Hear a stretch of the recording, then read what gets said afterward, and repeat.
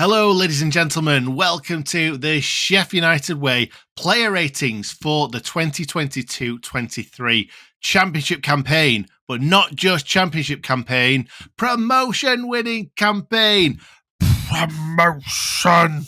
How are we doing, mate? Very, very good. Yes. Cheers to you. Cheers to the Blades. Cheers to promotion. And let's have some fun with this. What have you got to... Right. That's empty, isn't it? Yeah, it's empty. Unreal. It's actually empty and very, very old. It's disgusting. Yeah, you are. You are disgusting. But we're going to have fun with this one because we've been doing these since the very first time we ever started doing this channel together. We've always had fun with them. We would love to know in the comments your thoughts on each and every one of these. Absolutely. And actually, I think our very first video together was a player ratings video after the end of a season. It was. My heart still beats strong for that video. No one watched it, but it's a good one. The reason why no one watched it is because we recorded it, and then about 2 months later, I edited it. It was a very, very long video, so we're hoping that we're not going to be talking for too long today. And if one of the players you were expecting us to mention isn't mentioned, it will be because they haven't reached our threshold, our cutoff of playing enough games in the season to get one of our player ratings. Let's start with the one and only League One Wes. Go for it. Wes Fodringham, it's another solid season from League One Wes. Now, of course, Premier League Wes. He had games of long periods of nothing to do, had to remain concentrated, which more often than not he did. Some truly memorable match-winning saves thrown in. Burnley away a blip, Blackpool at home, you know, a red that was unnecessary, but otherwise a really good season. It's an 8 out of 10 for me. Wow, well, it's a good start because I would have gone for a 9 out of 10. However, I docked him half a point for those 2 silly red cards. Now, the first one against Blackpool was silly, tremendously silly. And it's something that he didn't need to do because obviously it was after the final whistle had been blown. But we don't know what was said and we might never know. Yeah, I don't care. I don't care what was said, what wasn't said. Yeah. You don't do what he did to anyone after the whistle. Do it. Do you know what? Do it in the dressing room. No one's going to see that. Cameras aren't there. There aren't people taking photos and watching Wes absolutely body slam someone. Now we're promoted. Can we just say it was pretty funny?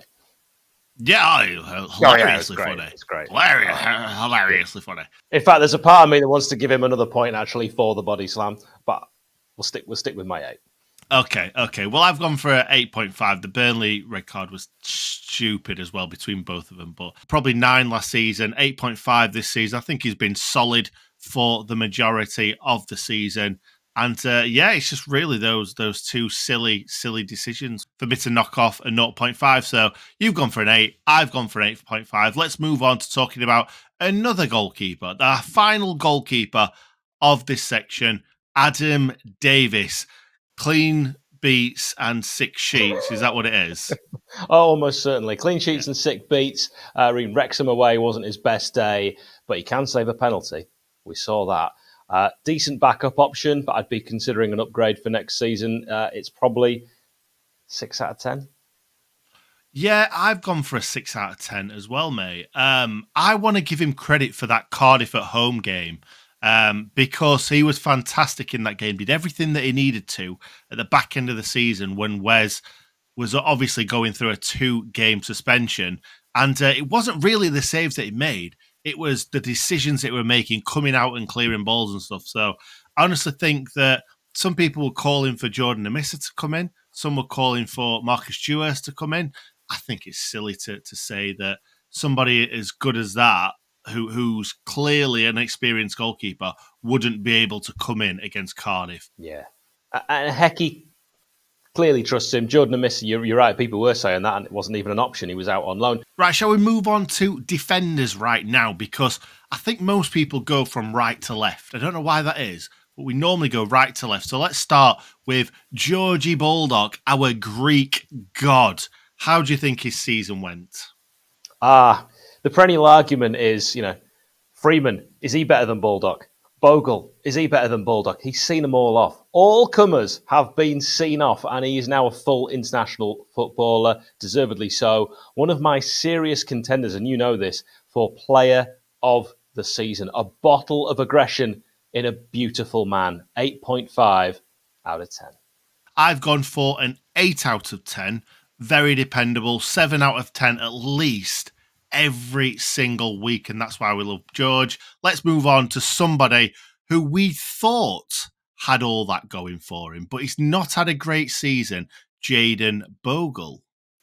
I mean, the hair is magnificent. I could talk about the hair for a good hour and a half, but you don't want to hear that. So instead I'll say, yeah, some good games, some not good games. We know he's capable of more, and that's where the frustration comes in. And that is why I've given him what you may consider a controversial 6.5. I don't think it's controversial because I've gone for a 6. I think that Jayden has been extremely poor this season. When you said good games, I'm thinking, what were these good games? I remember a couple of times him joining in with the attack, getting into kind of like the middle of the box where he's like getting into good positions to score goals, create goals. But when he's on that wing, what used to infuriate me this season is that he always starts every move off with a trick. And a lot of the times when he is not on form, that just slows him down, slows us down. And I think he's such a confidence-based player. When he's on form, Jayden Bogle is one of the greatest right-wing backs I've ever seen in a red and white shirt. But I don't think he's been on form at all this season. And when he is, and he's doing those tricks, he's 𝗏𝗏𝗂𝗂𝗓𝗓𝗏. But when he's doing too many tricks, Nick ain't got time for that. All right, fair enough. A 6. Yep. I'm going to jump in there with another 6, and this is for Max Lowe. Maybe I've gone a little bit too Max Lowe. I'm changing it, 6.5, because there's no way that Max Lowe was as bad as Jayden Bogle. I was going to say he's an ever-present, but like he's played a lot of games at left wing back for us this season. Rhys Darrington-Davies did early on. We'll get onto him in a little bit. But Max Lowe, he's just been there. Max Lowe, he's just there. That's what you're sort of saying. He's just there. You've got to have 11 players, and he's one of them. I'd rather him be there than not be there because we've had a lot of injuries at left wing back this season. And I think Max Lowe has had an okay season. I think he started tremendously bad, and then he really, really picked it up straight away. And then I felt like he got a little bit too comfortable in the starting 11, and he's kind of plateaued. Yeah, I can't wait till we get Max on the channel in the future where you can replay to him you saying, I mean, I'd rather you be there than not be there. All right, that's your opinion. I'll give you mine. I predicted after his awful performance at Watford away on that opening day that he'd turn it around. Luckily, that's out there on Twitter. He's since admitted he wasn't in the right, should we say, headspace for that game. Probably didn't really want to be at Bramall Lane. But he knuckled down and he did his job, for the most part, fairly well. He's not my first choice for left wing back going forward, but he's improved. Still a mistake in him. 6.5. Yeah, but what you can say is 2 promotions in 2 seasons is pretty good going. I bet he's good at doing that. He's had two seasons of practice, so he better be good at. The man is far too attractive to have ever even attempted saying it like that. That is very true. Look at us. We're basically YouTube gargoyles. You are. Next up, let's go for Ender Stevens. And this is a tough one because I'm a big Ender Stevens fan. I have been since 2018, but injuries have definitely caught up with him. He's had a lot of time out with injuries this season. I've gone for a 4 out of 10. I honestly think that on his day, when he's not injured, he's our best left wing back. But those days are few and far between, unfortunately. I completely agree. The Ender for Ender at Bramall Lane, bad injuries have blighted his recent years. And we need to remember the nutmegging menace of the Wilder era because we've not seen him for some time. Thought he had a really good game in the final day away at Birmingham. But it's, a 4 out of 10 because it's not been his season. Really good day. He had a good game against Birmingham. If you'd watched my match reaction, you'd know that. I did. But you're wrong. Well, okay, you're right. Let's move on to someone that you've got a massive, massive opinion about. Ben Osborne. I've just WhatsApped him, actually. Oh, I've just WhatsApped him.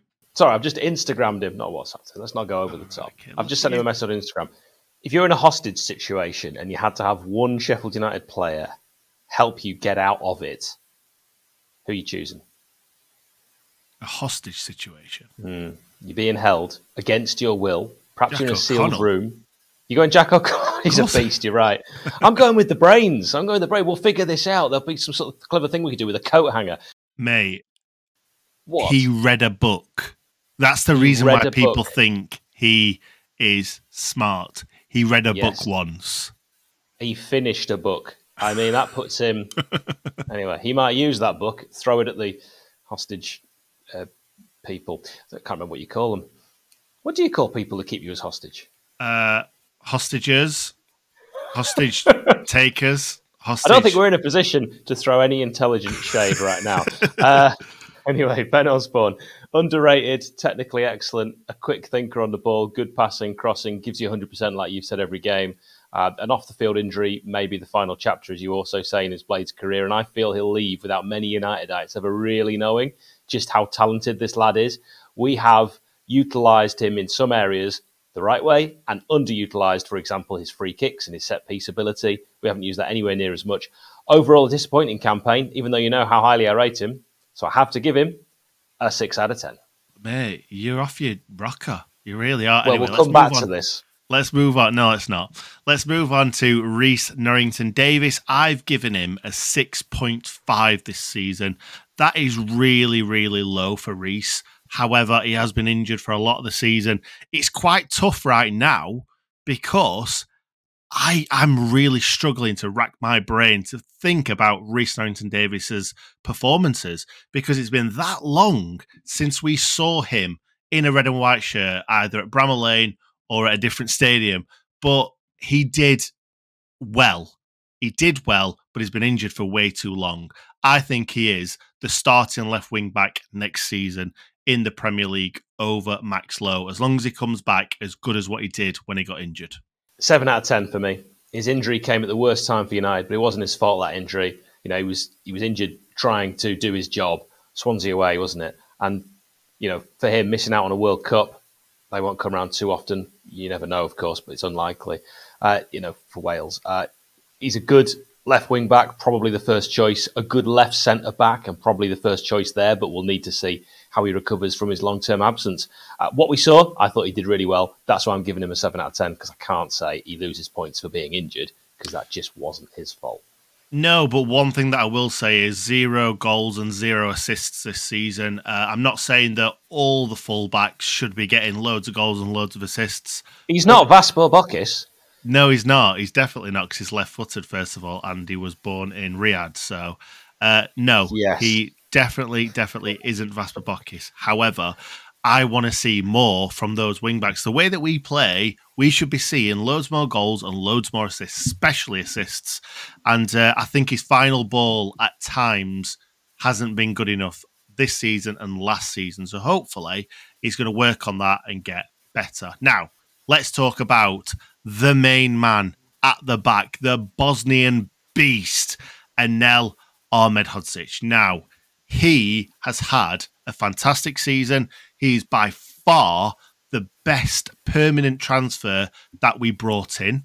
I would say probably best transfer, including loans, because he has been fantastic at the back. He's improved on a position that we did not know needed improving. And yeah, we bought him for what, 3 million, something like that. I think he's at least worth 15 million already. Already 4 million. 4 million it is. But no, he's been absolutely fantastic. Scored goals for days. Not got as many assists as I thought, but he is a centre-back at the end of the day when you're expecting him to score goals from corners and stuff like that. So you're probably not expecting him to get too many assists, but 7 goals. And actually, I think if it wasn't for his illness that he suffered earlier on in the season, I think we'd have had even more from him. So I've gone for a 9 out of 10. I think without his illness, he carries on the way that he started and he gets a 9.5, maybe even pushing for a 9.75. I've been watching the interview we did with him, trying to get his name pronounced the way he says it. Ahmed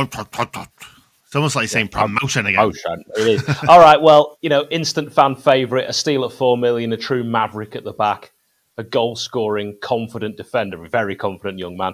Very few mistakes this season. He loves football, he loves defending, he loves winning, he loves himself, he loves the Blades. Let's hope for a long time to come he loves the Blades. 9 out of 10. Good lad. The only thing that I will say to just end on him is that I think sometimes he's slightly sloppy at the back because it seems like he thinks everything's too easy. He's that good. He's got that much confidence that I think sometimes a bit of complacency seeps in. But next season in the Premier League, I am absolutely positive that he won't be thinking that because we'll be playing Premier League football with some of the best players on the planet. Next up, 𝗚𝗏𝗡𝗄. I never thought I'd be giving 𝗚𝗏𝗡𝗄 less than 7 out of 10. And this season, I've gone for a 6.5. I also think one of the last games of this season against Huddersfield, he was at fault for the goal, coming out and going the wrong way around the striker. He did that 2 or 3 times, and that just made me think, is Basham's defending, if he's doing that against Championship players, next season in the Premier League, I hope he bucks his ideas up because he's got 1 more year on his contract. I think he will play as the backup to 𝗚𝗏𝗡𝗄𝗏. But we'll soon see next season how Bash fares. But I've gone for a 6.5, solid-ish, but he made way too many mistakes this season. Yeah, from Big Macs to counter-attacks. He's no longer that everyday starter, but he is still Bash. He was given the runaround a few times by tricky talents, and I've actually gone with just a 6 out of 10 for Bash because it just didn't look like Bash in some of those games. Yeah, he had some good games, but also, like you've said, cost us some goals as well. He did, especially against Coventry, where he gave away a penalty. I'll never forget that one. That really, really wound me up. Anyway, let's now talk about Mr. Dependable, John Egan. Now, I honestly think that John Egan does not get talked about enough. John Egan is absolutely colossal at the back for us. I think that if we played anybody else there, I think 𝗏𝗏 played well when he played at central centre-back, but I feel like John Egan just does not get the respect he deserves. I've gone for a big 9 out of 10 for John Egan. I think he's had a great season. Like I said, like I keep saying, everybody forgets about him. He's had an odd 1 or 2 slightly under par games, but yeah, it would have been an ever-present if it wasn't for giving him a rest at the end of the season. But what a player, and I can't wait to see him play for Sheffield United for a few more years as well. I love him. Maybe not the best passer at the club. An error or 2 this season, but overall Egan is Mr. Dependable. You may be questioning my logic here, and maybe I'm questioning it as well, because I've actually given him a 7.5 just because he perhaps wasn't, well, he wasn't consistent all the way through the season. And maybe that's just because we've been so used to him being that before. Can you name a few times where he's made big errors then? Don't put me on the spot like that. I can't even remember what I had for lunch. He said 7.5. Just remember through the season, games where I've gone like, that wasn't quite the Egan of old. Most of the time, particularly the latter half of the season, Mr. Dependable, been absolutely fantastic. You could easily talk me into an 8. Should we do one of my pals? Because I'm a big fan. You are a big fan of 𝗏𝗏𝗏𝗏 Longthrow. If you're such a big fan, take the floor. 8.5. Such a turnaround. Luckily, this odd-looking person speaking right now has always been a big fan. If you know, you know. 𝗏𝗏𝗏𝗏 Longthrow, loves a tackle, loves to get forward, then quickly realise he's too far forward and rush back. Far less errors than previous seasons. Even when he did make a mistake, he tried to rectify it. I think if you want Jackie Robinson's Sheffield United career summed up in one game, it's Burnley at home. I've gone for an 8 out of 10. Some terrible, terrible mistakes, but also some fantastic goals, tackles, etc. Next up, we've got Kieran Clark. I just thought that Kieran Clark was just a sturdy man at the back, and unfortunately, too many injuries this season for him. I've still given him a 6.5, which some might think that's high, some might think that's low. But at the same time, I think he played well for a lot of it. I didn't see enough to suggest we sign him. Looked decent after a poor debut, but because I didn't see enough, I'm giving him a 5.5. He did score possibly the closest of close-range goals as well. Well, that's another thing that you could say. He scored 2 goals. Yeah, I just didn't see enough from him to make me go, yeah, but at the end of the season, if you're asking me who we should sign that we had on loan, Kieran's right at the bottom of that list, just because we didn't see enough of him. And that wasn't always due to injury. You know, Hecky will have seen enough in training and not picked him. So 5.5. I think the reason why Hecky didn't pick him was mostly because he was always coming back from injury and then injured and coming back from injury. So, yeah, well, that's you're right. 5 point, it's not reliable. It's not reliable. And I want reliable players if we're going into the Premier League. And we are. yeah, well, we are. We are. we are. Let's now talk about the midfield. I've gone Ollie Norwood straight away, 7.5. This would have been a lot higher if he'd have played a lot of kind of like the back end of the season, the tail end of the season, because I do think that Ollie Norwood was brilliant in the first half of the season. A lot of fans forget about that. A lot of fans have that recency bias. And Ollie Norwood, he just started absolutely everything, and his defensive work as well. People don't notice his defensive work as much as they should. Tackles. They don't take, exactly. They don't take enough notice of that. Tell them, Nick. Yeah. You tell these people. Well, I was just about to be a bit negative about him, actually. Sorry, I was just going to say that we did see a few games where he was just underperforming, under par. And when Ollie Norwood is under par, it just shows over everybody because he's trying long-range passes and they're going off. He's putting crosses in, they're terrible. He's taking corners and they're going miles over everybody. He tries too hard when he's not doing well, Ollie Norwood, and he doesn't need to do that.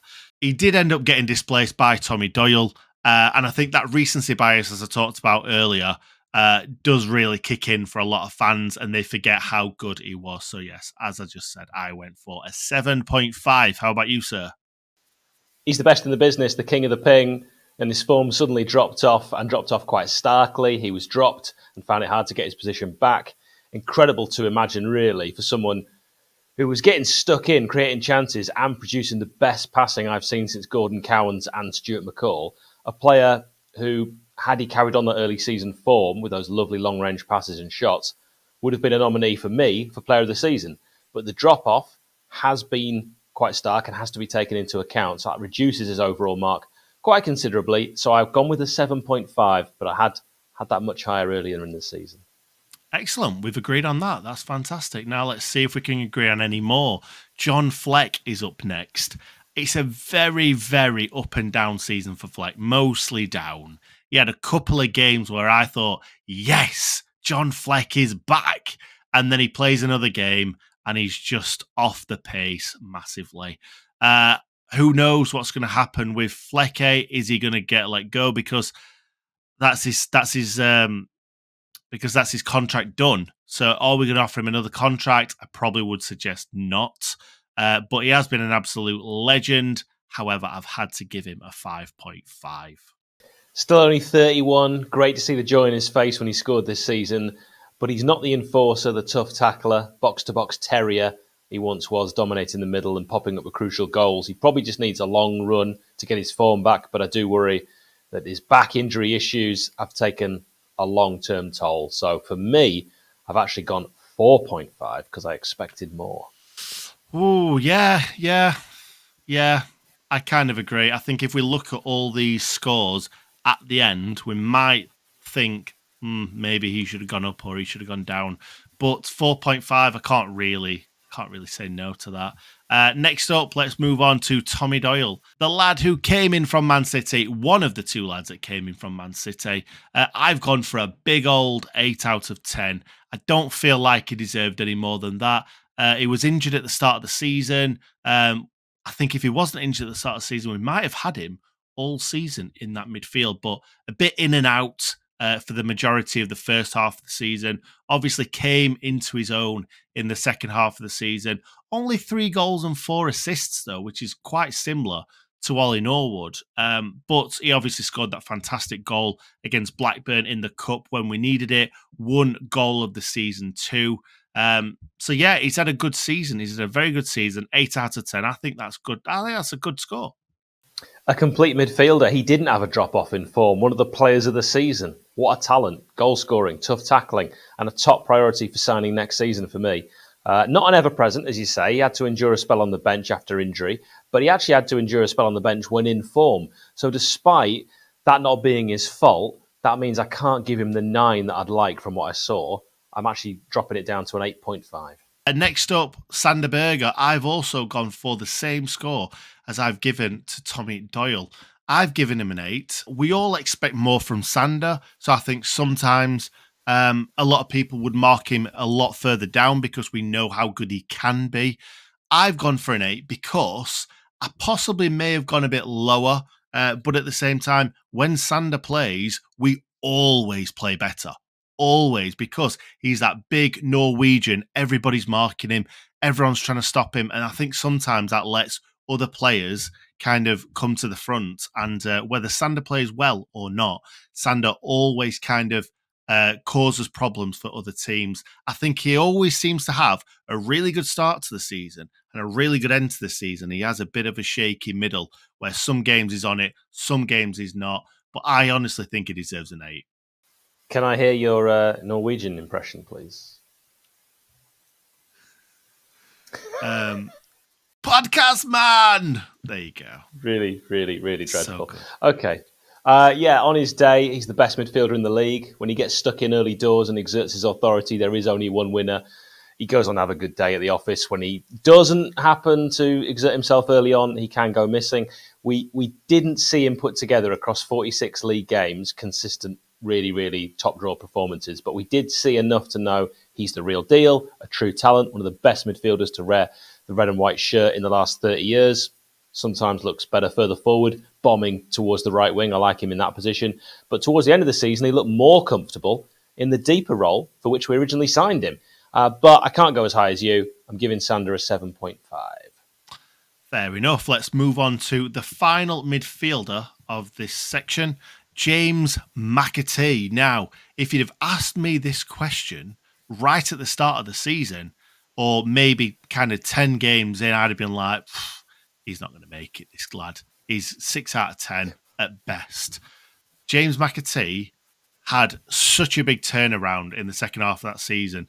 I didn't do the research I should have done. I said this to my dad, and I said that I wonder how many points James McAtee has won us, because every time he scored a goal, it seemed like that goal decided a win or got us back into the game and we went on to win.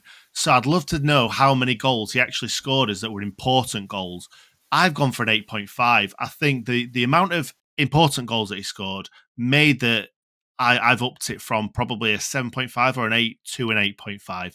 I think without him, we might have struggled to get promoted. Well, he certainly started badly at Luton, slowly got up to speed, and then post-World Cup was absolutely incredible. I can't put into words how good this lad is and how high his ceiling is. Probably a 6 before the World Cup, then a 9 afterwards. So I think only fair I've given him an 8 out of 10. Ollie McBurney next, first of the strikers. Now, I know already for absolute certain that this is the highest rating we've ever given him, because Ollie McBurney this season has been miles better than any of his previous seasons. I think maybe his first season when he played in the Premier League, he did okay, yeah. I think he was unlucky not to start the season because we signed him too late, messing about with trying to sign players, and he maybe didn't have the pre-season that he would have liked. I think he's had a very good season. There are certain games where I want to see more from him. Sometimes it looks a little bit off the pace. I'm wondering whether he's still not 100% match fit, because he did have a few injuries this season as well. So it's not all been plain sailing for him. I've gone for an 8 out of 10.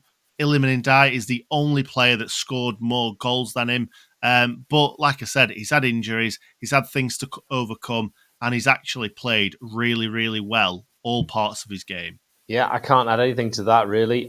Much improved season, deserved a new deal, showed us what he's capable of. Ollie Mack for me, 7.5. 𝗬𝗓𝗓 now, mate. 𝗬𝗓𝗓 now. We are going to be waxing lyrical for the next 5 minutes. No, we're not. No, we're not. We've been waxing lyrical about him all season long, so we'll try and keep this short because everybody knows how good he is. Everybody except for people who are deciding who the player of the year is going to be for the championship. They didn't fancy him. We do. I've gone for a 9.5 because certain games, for me, 𝗬𝗓𝗓, I don't know whether it's because he's getting marked out of the game or what, but sometimes he just has a slightly smaller effect on the team. But this season, he's been unbelievable. Scored loads of goals, loads of assists. Like I put on Twitter the other day, he's had over 10 goals, over 10 assists. There's only one other player that's done that, which is 𝗍𝗍𝗂𝗂𝗃. So clearly, he's had a very, very good season in the final third. I don't know what else he has to do to get a higher mark. Is he the best Blades player we've ever seen in our lifetime? I would say so. I would say so as well. So that's why I'm giving him 10 out of 10. Is it perfect, though? Is he perfect? Yeah, it's perfect. It's the best I've seen. And without him, we don't get promotion. He's that good. Definitely. He's irreplaceable. Like, let's say we sold him for 40 million. We can't go and buy someone as good as him and that would have the same impact. He's 10 out of 10.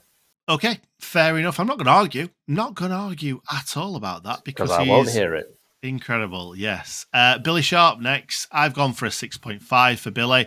This is not the season that he had planned out. I will say, and I've said this a few times, I do think if Billy doesn't suffer that injury away at Middlesbrough, he has more of a run in the team. He did get a few runs in the team, maybe in the Ollie Norwood ilk, where he's sometimes trying a little bit too hard because he's so passionate about the Blades. Missed quite a lot of chances this season, ones that you expect him to put away. He had a really, really good relationship with Morgan Gibbs-White last season. I expected to see that with 𝗬𝗓𝗓 this season, but 𝗬𝗓𝗓 had that with Ollie McBurney. So maybe he didn't get enough minutes on the pitch with 𝗬𝗓𝗓𝗓, but at the same time, he should have put away a lot of the chances, and I think he'll be kicking himself looking at some of the chances that he's missed this season. 6.5. 6.5 as well. Still Billy, isn't he? You know, missed some chances. I'd have said Billy would have scored that had it been anyone else. But it's just one of those seasons for Bill. And yeah, right. I mean, I don't know. He might kick himself, like you say, but also he might regret that the next day because he's getting on, isn't he? I wish him nothing but the best in whatever comes next.